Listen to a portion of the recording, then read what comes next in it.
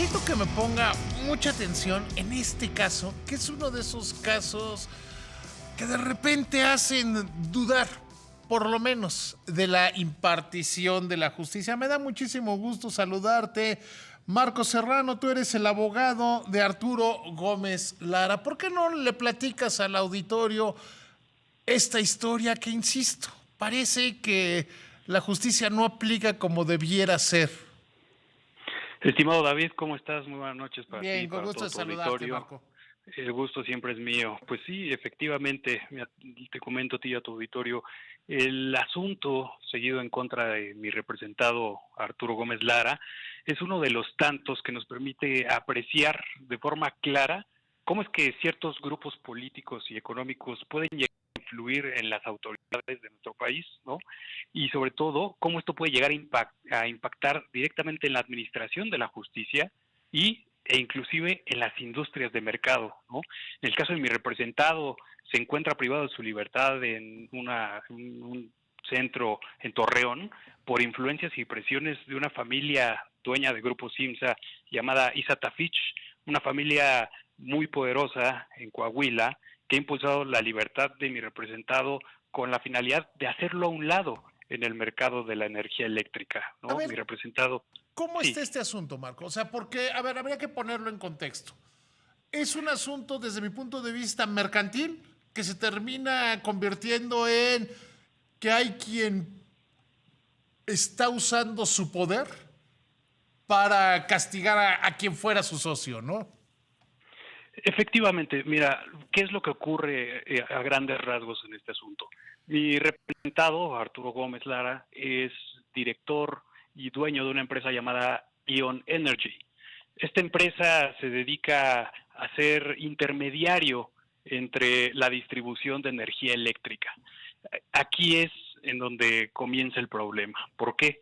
Porque esta familia, Isa Tafich, dueños de Grupo Simsa, tiene una empresa que se dedica a la producción de energía eléctrica. Y a través de esta empresa han realizado, sobre todo en Coahuila, digamos, un sistema que les permite prácticamente hacer suyo el mercado de electricidad. ¿De qué forma? Lo que hacen es que contratan a personas para que distribuyan su energía con la finalidad de que ellos mismos les digan a quién le pueden distribuir la energía que producen, ¿sí? En el caso de mi representado, pues sí, como bien lo refieres, sería un asunto de naturaleza civil o de naturaleza mercantil, pero inclusive no tendría nada que ver con mi representado, porque la familia Isatafich celebra un contrato como estos que te acabo de referir, con la finalidad de que se distribuya su energía solamente a las personas que ellos autorizaban. Esta empresa con la que contrata, pues no respeta ese pacto y ellos en lo independiente contactan a mi representado para que mi representado a través de su plataforma les ayude a distribuir esta energía eléctrica. Esta es la situación que no le gustó a la familia Satafich. ¿Por qué? Pues porque a su consideración lo que estaban haciendo era darle oportunidad de crecimiento a un futuro competidor dentro de este mercado y dentro de esta industria. Pero además, a ver, corrígeme si me equivoco. Es un tema totalmente civil, ¿no? Totalmente, totalmente es un tema de una naturaleza diferente que ellos, a través, la familia Izatapich, a través de sus influencias en el estado de Coahuila, lograron o han logrado convertirlo en un tema penal. Pero es que aparte de esto, David, permíteme decirte que pues dicha circunstancia la han logrado y por eso mi representado ha estado privado de su libertad cerca de 7 meses, pero con apoyo de la Fiscalía del propio Estado, ¿no? Donde la Fiscalía, por una parte, pues ha manipulado el expediente con la finalidad de pues, inventar cosas a mi representado, ¿no? Como el hecho de que falsificaron un informe de la policía de investigación con la finalidad de decir que mi representado había supuestamente intentado sobornar a los policías que lo aprendieron. Pues esta circunstancia nosotros tenemos pruebas de que evidentemente las cosas no ocurrieron así, inclusive para demostrarlo pedimos el auxilio al licenciado Eduardo Nakasima Martínez, quien es el Ministerio Público del asunto, y nos negó el auxilio. Una vez que nos negó, fuimos con el juez que pues está a cargo del asunto, el licenciado José Samuel Borrego Rodríguez, y nos negó este acceso a entrevistar a estos policías, ¿no? Pues evidentemente porque tienen apoyo y tienen intereses de estos grupos políticos y económicos muy poderosos y con mucha presencia. A ver, tu representado lleva 7 meses. ¿Qué es lo que esperaría él? ¿Qué es lo que esperarías tú como su defensor? Mira, lo que nosotros esperamos es que las autoridades actúen como deberían de actuar en todos los asuntos, ¿no?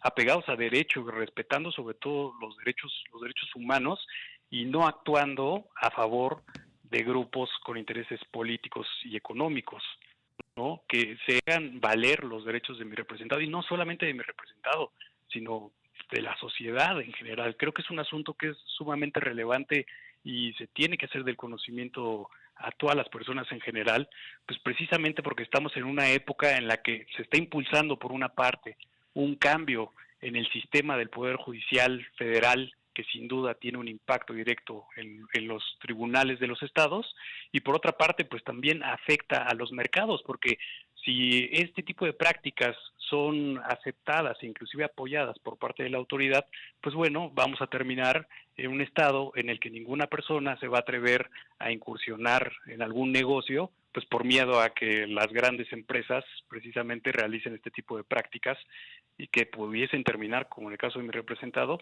con una privación de su libertad. Y una ya larga privación de la libertad. Ahora bien, ¿qué procedería? ¿Qué sería lo correcto, lo deseable en el caso de tu representado Arturo Gómez Lara?